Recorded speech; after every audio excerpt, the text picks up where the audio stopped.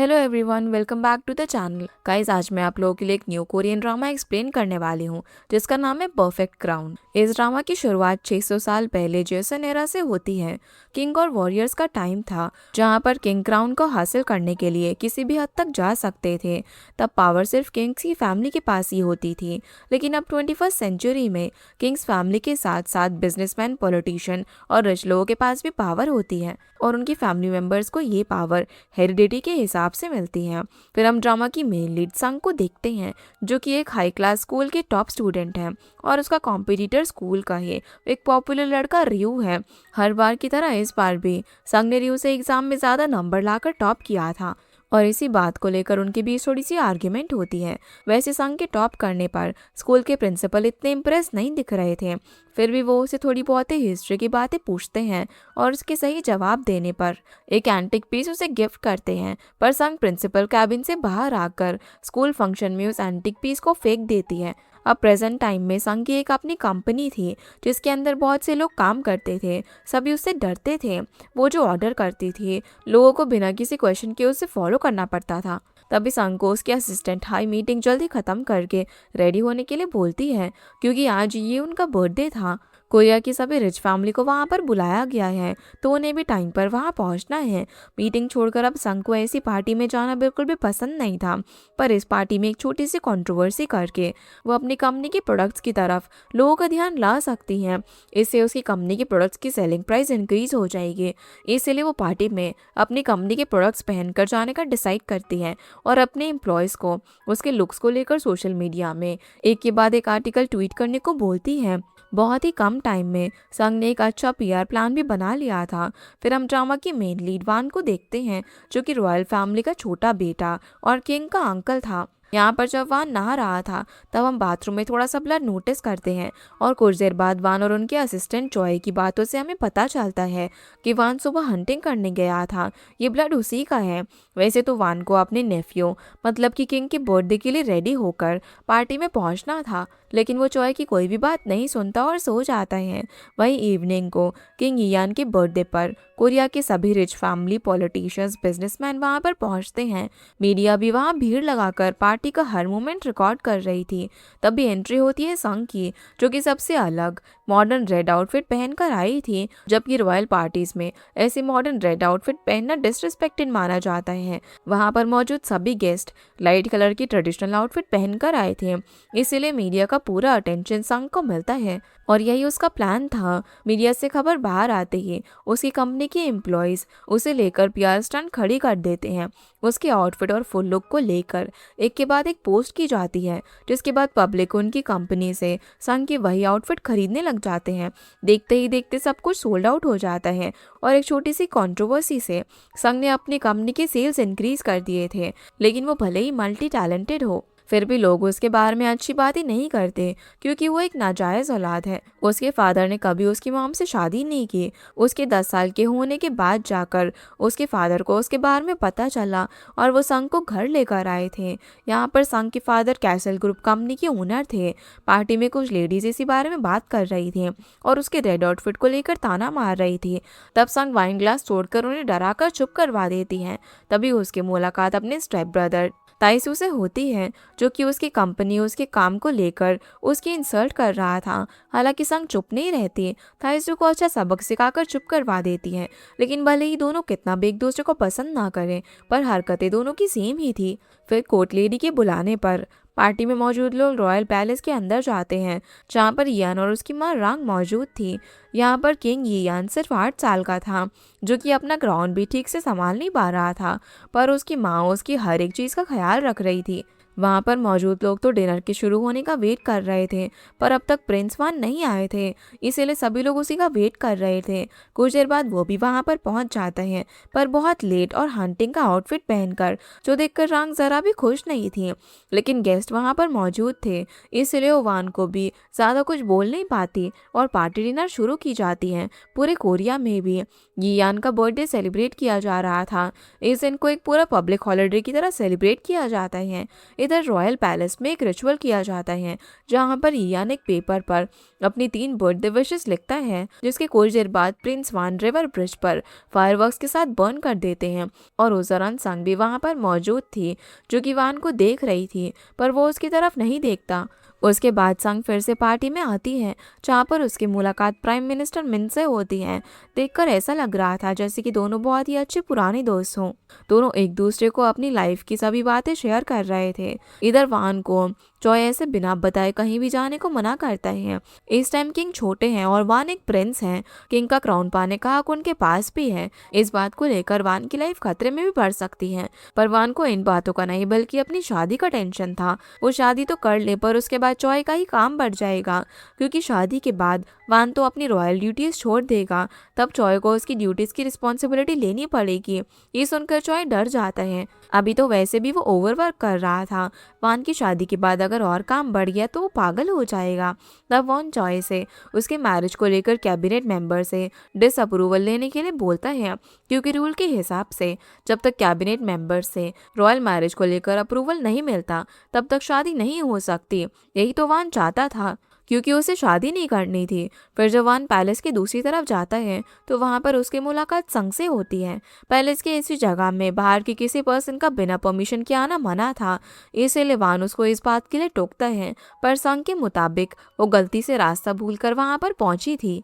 हालांकि वान उसके ऊपर इस बात को लेकर गुस्सा नहीं करता, क्योंकि वो संग का स्कूल सीनियर था। दोनों बात कर ही रहे थे, तभी वहाँ पर एक बड़ा धमाका होता है। पार्टी में अचानक आग लग चुकी थी। इस आग को देखकर वान को अपना बड़ा भाई याद आता है, जो कि ऐसे ही एक आग में 3 साल पहले जलकर मर गया था।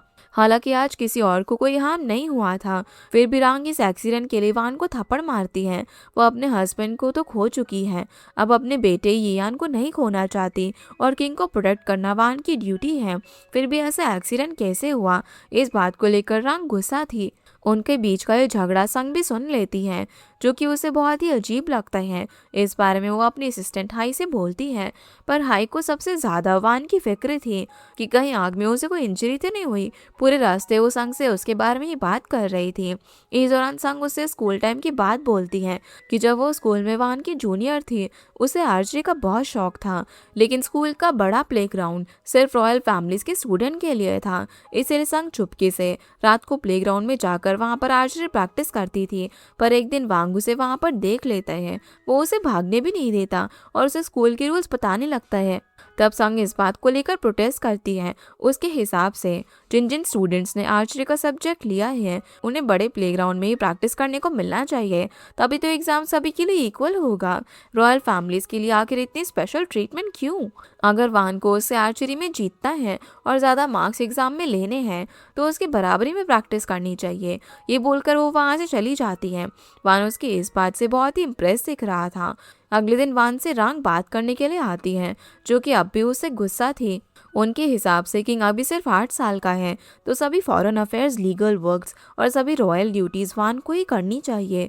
पर वो ये उम्मीद ना करे कि वो कभी किंग क्राउन हासिल कर सकता है। वो अभी ग्राउंड प्रिंस है और हमेशा वही रहेगा। किंग तो उनका बेटा ही रहेगा। लेकिन वान को खुद किंग बनने में कोई भी इंटरेस्ट नहीं था। चाइल्डहुड में उसके फादर ने उसे समझा दिया था कि वो हमेशा ग्राउंड प्रिंस ही रहेगा, कभी किंग नहीं बन सकता। किंग उसका बड़ा भाई और उसके बच्चे ही बनेंगे। वैसे भी वान को उसके फादर प्यार नहीं करते थे। वो ये रॉयल किंग का टाइटल लेकर क्या ही करेगा। बाकी वो किंग को प्रोटेक्ट करेगा और अपनी ड्यूटीज करता जाएगा। ये बोलकर वान वहां से चला जाते हैं। दूसरी तरफ संग के घर पर उसके फादर उसकी शादी की बात कर रहे थे। वो अपने पसंद के लड़के के साथ उसकी शादी करवाना चाहते थे, जिस बात पर संग राजी नहीं थी। वो जानती है कि उसकी शादी करवाकर उसके फादर उसे पीछे छुड़वाना चाहते हैं। उसकी कंपनी वो उसके स्टेप ब्रदर ताइजू के नाम कर देंगे, जो कि वो कभी नहीं होने देगी। शादी वो जरूर करेगी, पर अपनी मर्जी के लड़के से। इस बात को लेकर संग का अपनी भाभी हांदा से और अपने भाई से भी आर्ग्यूमेंट हो जाता है, जहाँ पर हांदा उसे नाजायज होने को लेकर ताना मार रही थी। वहीं वान अपनी भाभी का दिल रखने के लिए शादी करने के लिए मान जाते हैं। वैसे भी तो उसे शादी करनी होगी, बाद में नहीं तो अभी सही। ये बात वो चॉय को बोलता है। अगले दिन अभी से शादी के टेंशन से संग बहुत ज़्यादा फ्रस्ट्रेटेड थी। गुस्से में वो अपने एम्प्लॉयज़ को भी डांट रही थी। तब भाई उसे किसी तरीके से शांत करती हैं। इधर वान पैलेस छोड़कर कुछ दिनों के लिए अपने घर में रहने के लिए जा रहा था। तभी उसकी मुलाकात रांग के फादर योंग से होती है, जिनसे वान ज़्यादा कुछ बात नहीं करता। फिर हमें पता चलता है कि रांग और उसके फादर वान को ज़रा भी पसंद नहीं करते, पर पब्लिक वान के नाम से पागल थी। उसे सभी पसंद करते थे क्योंकि उसने अपने फादर और अपने भाई को खोया है। वान के पास लोगों की सिंपैथी है। इसी बात से रांग को सबसे ज़्यादा गुस्सा आता था। वहीं हाई ने शादी के लिए संग को कुछ लड़कों की फोटोज भेजी थी, लेकिन उनमें से कोई भी लड़का संग से बड़ा बिजनेसमैन या फिर ज़्यादा इंटेलिजेंट और उससे अट्रैक्टिव नहीं था। तो संग हाई को कोई पॉलिटिशियन ढूंढने के लिए बोलती है, पर हाई के मुताबिक पॉलिटिशियंस बिजनेसमैन से शादी करना नहीं चाहते क्योंकि किसी टैक्स प्रॉब्लम या फिर किसी बिजनेस कंट्रोवर्सी में उनका पॉलिटिकल करियर खराब हो सकता है। तभी संग के दिमाग में वान का ख्याल आता है कि अगर वो इतनी परफेक्ट है तो वो रॉयल फैमिली की बहू बनना तो डिजर्व करती ही है। हाय उसे ऐसे सोचने से मना करती है, पर संग उसकी बात नहीं सुनती। वैसे भी वान पूरे कोरिया की लड़कियों का क्रश है, इसीलिए संग वान से मिलने के लिए रॉयल ऑडियंस से रिक्वेस्ट भेजती है। लेकिन संग का एप्लीकेशन आने की बात चॉइस से सुनते ही वान उसे रिजेक्ट कर देते हैं। फिर भी संग हार नहीं मानती। वो बार बार एक अच्छा एप्लीकेशन लिखकर वान को रॉयल ऑडियंस रिक्वेस्ट भेजती है और बार बार वान चॉइस से उसका नाम सुनकर रिजेक्ट करने का उसे ऑर्डर दे देता है। इस बात से संग फ्रस्ट्रेटेड होकर चिल्ला देती है और एक आखिरी बार उसके स्कूल जूनियर के हिसाब से वान को एप्लीकेशन भेजती है। ये बात इस बार वान को पसंद आ जाती है और वो उसका एप्लीकेशन अप्रूव करके उसे अपने पैलेस बुलाता है, जिस बात से वो काफ़ी खुश थी। अगले दिन वो बहुत ही अच्छे से रेडी होकर वान से मिलने के लिए जाती है और उसे मिलते ही वो उसे शादी का प्रपोजल दे देती है, जिस बात से वान शॉक रह जाता है। अब हमें पास्ट का वही स्कूल टाइम दिखाया जाता है जहाँ पर संग इस बात को लेकर टेंशन में थी कि कहीं प्रिंस से आर्ग्यूमेंट करने की वजह से उसे स्कूल से ना निकाल दिया जाए। लेकिन स्कूल में तो उल्टा वान उसकी बात को ध्यान में रखते हुए सभी आर्चरी प्लेयर्स के लिए रॉयल प्लेग्राउंड खुलवा देता है, जो देखकर वो काफ़ी शॉक थी। जिसके बाद हम देखते हैं कि 3 ग्रुप्स का आर्चरी में कंपटीशन चल रहा था। संग मिन के ग्रुप में थी और वान के ग्रुप में वही रियो नाम का एक लड़का था जो कि अब भी संग के बारे में गलत बातें कर रहा था। ये सुनकर वान उसे चुप करवा देता है। ये कंपटीशन वान के फादर मतलब कि उस टाइम के कोरिया के किंग देखने के लिए आए थे। स्कूल प्रिंसिपल तो वान को ही जीतते हुए देखना चाहते थे, लेकिन वान के खुद के फादर ही उसे जीतते हुए देखना नहीं चाहते थे। अब कंपटीशन शुरू होता है। संग और वान की टीम बराबर परफॉर्म कर रही थी। बीच में संग वान से थोड़ा सा पीछे रह जाती है, पर मिन उसे अच्छे से खेलने के लिए मोटिवेट करता है। फिर आखिरी राउंड में वान और संग एक दूसरे के खिलाफ परफॉर्म करते हैं, जहां पर संग वान से 9 पॉइंट आगे थी, लेकिन हमें अभी भी वान के पॉइंट नहीं दिखाए जाते। अब प्रेजेंट में संग ने वान को शादी के लिए प्रपोज कर दिया था, लेकिन आखिर वान उसे एक्सेप्ट क्यों करे? उसके लिए हर दिन लड़कियां गिफ्ट्स के साथ साथ प्रपोजल भी भेजती हैं। आखिर संग में ऐसा क्या स्पेशल है? पर संग के मुताबिक वो रिच है, इंडिपेंडेंट वुमेन है और सक्सेसफुल भी है। और सबसे इम्पोर्टेंट बात, उसे लोगों की क्रिटिसिज्म से कोई फर्क नहीं पड़ता। नाजायज औलाद होने के कारण उसे लोग आए दिन इंसल्ट करते हैं, पर उसे इस बात से कोई फर्क नहीं पड़ता। वान से शादी करने के लिए उसकी वाइफ का स्ट्रॉन्ग माइंड होना जरूरी है। वो प्रिंस है तो लोग उसे भी क्रिटिसाइज करते होंगे। उसका एक स्टेप ब्रदर है और वो बेवकूफ है, उससे वान को कोई भी प्रॉब्लम नहीं होगी। ऊपर से वान को इनलॉज के नखरे उठाने की कोई ज़रूरत ही नहीं है। शादी के बाद वो खुद ही अपनी फैमिली से रिश्ता तोड़ देगी और शादी के कुछ साल बाद अगर वान चाहे तो वो उसे डिवोर्स दे सकता है, उसे कोई फ़र्क नहीं पड़ेगा। सबसे इम्पॉर्टेंट बात, वो काफ़ी खूबसूरत है और वान को इससे ज़्यादा और क्या चाहिए। लेकिन वो इन बातों से इम्प्रेस नहीं होता। उसे शादी करने के लिए एक लड़की से बहुत ही इम्पोर्टेंट चीज़ चाहिए जो उसके हिसाब से संग नहीं दे सकती। वो चीज़ वान संग को बताता है, जो हमें कुछ देर बाद पता चलेगा। वहीं इसी दौरान वान के घर में काम करने वाली औरम नाम की एक मेड उसके रूम के बाहर खड़ी होकर उनकी बातें सुनने का ट्राई कर रही थी, पर चॉय उसे वहाँ से भगा देता है। असल में औरम को रांग ने वहाँ पर नजर रखने के लिए भेजा था। साथ ही रांग ने वान के लिए अपनी पसंद की जय नाम की एक लड़की भी चुन ली थी, जो कि रांग से मिलने के लिए किंग पैलेस आई थी। अब अगले दिन हाई बहुत टेंशन में ऑफिस आती है। वो बहुत डरी हुई थी कि पता नहीं संग ने प्रिंस वान के सामने क्या उल्टा सीधा बोला होगा। पर ऑफिस आकर वो संग को डांस करते हुए खुश देखती है, वो भी वान से रिजेक्ट होने के बाद, क्योंकि वान बिना प्यार की शादी नहीं करना चाहता था और संग तो सिर्फ पावर और स्टेटस के लिए उससे शादी करना चाहती थी। हाई के मुताबिक तो वान की ये कंडीशन बहुत ही रोमांटिक है, लेकिन संग के हिसाब से वान झूठ बोल रहा है। ये सब सिर्फ उसे रिजेक्ट करने का बहाना है। हाई तो संग के लिए कोई और लड़का शादी के लिए ढूंढना चाहती थी, पर संग उसे मना कर देती है। उल्टा वो तो अपनी कंपनी के एम्प्लॉय किम से वान की डेली लाइफ इन्फॉर्मेशन लाने के लिए बोलती है। संग की गुड बुक्स में रहने के लिए किम इस काम को बहुत ही अच्छे से करता है। वैसे भी उसका एक अंकल किंग पैलेस में काम करता है। फिर किम सभी इन्फॉर्मेशन एक पेन ड्राइव में स्टोर करके हाई के हाथों संग को भेज देता है, जिससे संग को वान के बारे में सब कुछ पता चल चुका था कि वान कहाँ पर जाता है, क्या करता है, कौन से टाइम में वो कहाँ होता है। जिसके बाद संग हॉर्स राइडिंग करते टाइम, लंच करते दौरान रेस्टोरेंट में, मूवी के टाइम और जॉगिंग करते दौरान भी हर जगह वान का पीछा करती है, जिससे वो शॉक था और उसे शक हो चुका था कि कहीं संग उसकी जासूसी तो नहीं कर रही। पर संग के मुताबिक वान को प्यार चाहिए और वो वान के साथ हर टाइम रहकर उसे प्यार देने की कोशिश कर रही है। यहाँ पर संग वान के साथ फ्लर्टिंग करने का एक भी मौका नहीं छोड़ रही थी, लेकिन वान उसे हर बार रिजेक्ट ही कर रहा था और अब वो संग की वजह से डर गया था कि कैसे वो हर जगह उसे ढूंढ लेती है। इधर संग को उसकी भाभी का कॉल आता है, जो कि उसे ब्लाइंड डेट पर जाने को कहती है। एक लड़की को शादी के लिए संग के फादर ने सिलेक्ट किया था। अगर वो उससे नहीं मिलेगी तो वो उसकी कैसल ग्रुप कंपनी सेल कर देंगे। अगर संग की शादी नहीं हुई तो ताइसू के नाम पर भी कंपनी होने में टाइम लगेगा। इसीलिए उसकी भाभी और भाई उसे उस लड़के से मिलने के लिए फोर्स करते हैं, जिस वजह से संग को उस लड़के से मिलने जाना पड़ता है। उस लड़की का नाम जुन था, जिसे संग एक आर्ट गैलरी में लाती है।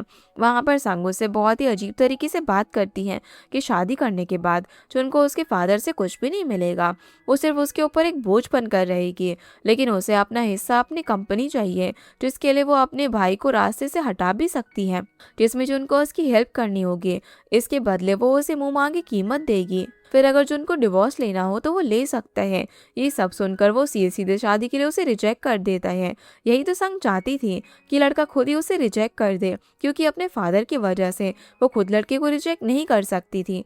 अब इसी आर्ट गैलरी में संग की मुलाकात वान के असिस्टेंट चॉय से हो जाती है, जिससे वो थोड़ी बहुत बातें करती हैं और नोटिस करती है कि जो आर्ट पीस इस कैट के ऊपर बेस थी वो वान के नाम पर रिजर्व थी। उनको उसने खरीद लिया था, मतलब कि उसे कैट्स बहुत ही ज़्यादा पसंद थी। वैसे वान के पर्सनल पैलेस में भी हम बहुत सारे कैट्स को और उनकी पेंटिंग को देख पाते हैं। वहीं चॉय वान से संग को एक लड़के के साथ आर्ट गैलरी में देखने की बात कहता है। चॉय के हिसाब से वान के रिजेक्ट करने के बाद संग को तुरंत ही एक दूसरा लड़का मिल गया। आखिर वो इतनी ब्यूटीफुल और टैलेंटेड जो है, इस बात से हम वान को थोड़ा सा जेलस होते हुए भी देखते हैं। वैसे वान के हिसाब से अगर उसकी शादी संग के साथ हो भी गई तो उसकी भाभी और संग की कभी नहीं जमेगी, क्योंकि रांग को हाई क्लास फैमिली से होने का घमंड है और दूसरी तरफ हाई क्लास फैमिली से होने के बाद भी संग का दिल एक कॉमनर की तरह सिंपल है। इधर रांग ने संग से मिलने का डिसाइड किया था, क्योंकि उसे खबर मिली थी कि संग वान से मिलने उसके पैलेस गई थी। इस दौरान रांग को पास्ट की बातें याद आती हैं, जब उसके हस्बैंड जो कि उस टाइम के किंग थे, वो अपने मन की शांति के लिए किंग का पोजीशन छोड़ना चाहते थे। पर रांग हमेशा एक किंग की वाइफ क्वीन ही बनना चाहती थी। वो अपने हस्बैंड के डिसीजन से ज़रा भी खुश नहीं थे। गुस्से में वो उसे रेजिग्नेशन लेटर छीन कर उसे आग में जलाकर किंग की तरफ फेंक कर चली जाती हैं, जिससे उस जगह में आग लग जाती है और इसी तरह किंग की मौत हुई थी। लेकिन ये बात आज तक रांग ने छुपा कर रखी और किंग की मौत के लिए वान को ब्लेम करती रही। अपने हस्बैंड की मौत के टाइम रांग को ये डर था कि कहीं अब वान किंग ना बन जाए, लेकिन वान अपने भाई की मौत से इतना डर चुका था कि उसने अपने भाई के बेटे यान को ही किंग बना दिया। अगले दिन एक बड़े इवेंट के लिए रांग अपने बेटे यान को रेडी करती है। ऐसे इवेंट पहले वान संभालता था, पर अब रांग चाहती थी कि यान खुद ऐसे इवेंट को अकेले संभाले, बड़े बड़े लोगों से मिले, उनसे बात करे, भले ही वो सिर्फ 8 साल का हो। और वान को उस इवेंट में आने से मना किया था। फिर भी वान को यान की फिक्र हो रही थी कि आखिर 8 साल का बच्चा सब कुछ कैसे संभालेगा, और उसका शक बिल्कुल सही था। यान ने डर के मारे वान को कॉल करके वहां पर बुला लिया था और वान उसे सपोर्ट करने पहुंच गया था। लेकिन रांग के लोग वान को इयान के पास जाने से रोक रहे थे, पर वान भी तो प्रिंस था, आखिर उसे वो लोग कैसे रोकते। जिसके बाद वो छोटे से किंग को कंफर्ट करता है, उसे मोटिवेट करता है अच्छे से इवेंट का काम संभालने के लिए। इधर संग हाई के कहने के मुताबिक कपड़े और ज्वेलरी पहनकर उसी इवेंट में जाती है, जहाँ पर कुछ देर बाद इयान स्टेज पर आता है। पहले तो वो इतने सारे लोगों और मीडिया की कैमरा फ्लैशेस से डर गया था, लेकिन जब वान उसका हाथ पकड़ता है तो इयान में हिम्मत आती है। फिर संग को स्टेज पर बुलाकर इयान उसे बेस्ट एंटरप्रेन्योर का अवार्ड देता है। इस दौरान संग इयान से अच्छी दोस्ती कर लेती है, साथ ही वो वान के साथ फ्लर्ट भी कर रही थी। फिर अवार्ड लेने के बाद वो ट्रॉफी में मिले हाथ के साथ फोटो खींचकर सोशल मीडिया में डालती है और उसमें #PrinceVan लिखती है। वही संग को अवार्ड मिला है। ये खबर मिलते ही प्राइम मिनिस्टर मेनुस से मिलने के लिए उसी होटल में जाता है जहाँ पर ये इवेंट हो रहा था। वहाँ पर वो संग से मिलता है और उसे लंच पर लेकर जाता है। दोनों अपने स्कूल टाइम की बहुत सी बातें करते हैं। इस दौरान हमें पता चलता है कि संग जब से स्कूल में मिन को आर्चरी सिखाया करती थी, तब से लेकर आज तक मिन उससे प्यार करता आ रहा है, लेकिन अभी तक वो अपनी फीलिंग संग को बता नहीं पाया। दूसरी तरफ वान येयान से पैलेस में मिलने का प्रॉमिस करके उसे घर भेज देता है। वैसे वान की अपनी हेल्थ खराब थी, फिर भी वो येयान के लिए वहाँ पर इवेंट में आया था। रात को चॉय वान के लिए मेडिसिन लेकर आता है, पर उसकी हेल्थ ठीक नहीं होती, इसीलिए वो डॉक्टर को बुलाने के लिए बाहर जाते हैं। जिस दौरान उनकी मुलाकात संग से होती है, वो भी उसी होटल में रुकी थी। वान की हेल्थ के बारे में सुनकर वो अपनी डॉक्टर को वहाँ पर बुला लेती है और उसका ट्रीटमेंट करवाती है। साथ ही उसे समझा देती है कि वान के साथ उसके यहाँ पर होने की बात बाहर मीडिया को पता न चले। दूसरी तरफ इयान ने अकेले इवेंट को नहीं संभाला, ऊपर से वान को वहाँ पर बुला लिया। ये खबर न्यूज़पेपर में देखकर रांग बहुत ही गुस्सा थी। उसके हिसाब से इयान बिल्कुल अपने फादर की तरह डरपोक है, जो किंग की जिम्मेदारी और उसकी पावर को कंट्रोल करने से डरता है। अब जो भी हो, वो किंग की पोजीशन वान के हाथ में नहीं जाने देगी।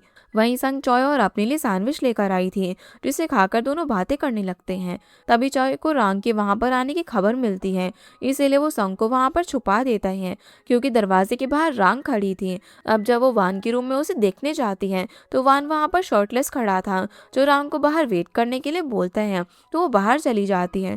पर लिविंग रूम में उसे संग का बैग दिखता है और उसे वान पर शक होता है, इसीलिए वो फिर से उसके रूम में आती है, जहाँ पर वान को संग के साथ रूम में देखती है। लेकिन वो इस बारे में उसे कुछ नहीं कहती और उसे कल के लिए रेडी रहने के लिए बोलकर वहां से गुस्से में चली जाती हैं। अगले दिन अब वान और संग की अफेयर की खबर सोशल मीडिया और हर जगह न्यूज चैनल में फैल चुकी थी, इसीलिए हाय उसके होटल आने तक संग को रूम से बाहर निकलने को मना करती है। दूसरी तरफ संग का भाई और उसकी भाभी इस खबर से बहुत ज्यादा खुश थे।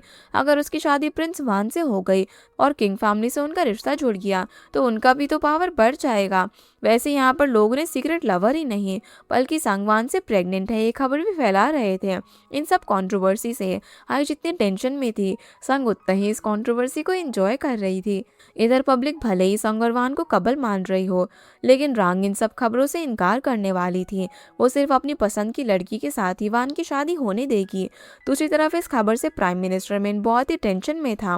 वो वान और संग दोनों को ही कॉल कर रहा था, पर दोनों उसका फोन पिक नहीं करते, इसीलिए वो वान के साथ किंग पैलेस में अपनी मीटिंग फिक्स करता है। लेकिन वान किंग पैलेस में नहीं बल्कि अपने प्राइवेट पैलेस में जाता है। वहां पर वो संग को मिलने के लिए बुलाता है। खबर मिलते ही संग खुशी खुशी उससे मिलने जाती है। इस दौरान किसी भी बॉडीगार्ड या फिर मेड को उनके पास नहीं जाने दिया जाता। फिर भी वांग और संग के रिश्ते को लेकर सभी सर्वेंट के बीच गॉसिप तो चल रही थी। वहीं संग अपने स्कूल टाइम के आर्चरी कंपटीशन का वही फ्लावर ऑफ ऑनर दिखाती है। यहाँ हमें पता चलता है कि संग के लिए वान उस कंपटीशन को जानबूझकर हार गया था। ये बात संग भी समझ गई थी। ऊपर से वान को कंपटीशन हारता हुआ देखकर उसके फादर को खुशी हुई थी। लेकिन जो भी हो, अब प्रेजेंट टाइम में वान संग को शादी का प्रपोजल देता है, क्योंकि दोनों की कहानी तो सेम है। दोनों के पेरेंट्स उसे पसंद नहीं करते और ये प्रपोजल पाकर संग बहुत ही ज़्यादा खुश होती है। इसी के साथ हमारा ये एपिसोड यहीं पर ख़त्म हो जाता है। तो गाइस, ये थी आज के वीडियो एंड होप आप लोगों को ये वीडियो पसंद आई होगी। तो इस वीडियो को लाइक कर चैनल को सब्सक्राइब ज़रूर कीजिएगा। आपसे फिर मिलते हैं इस ड्रामा के अगले एपिसोड में। तब तक के लिए गुड बाय।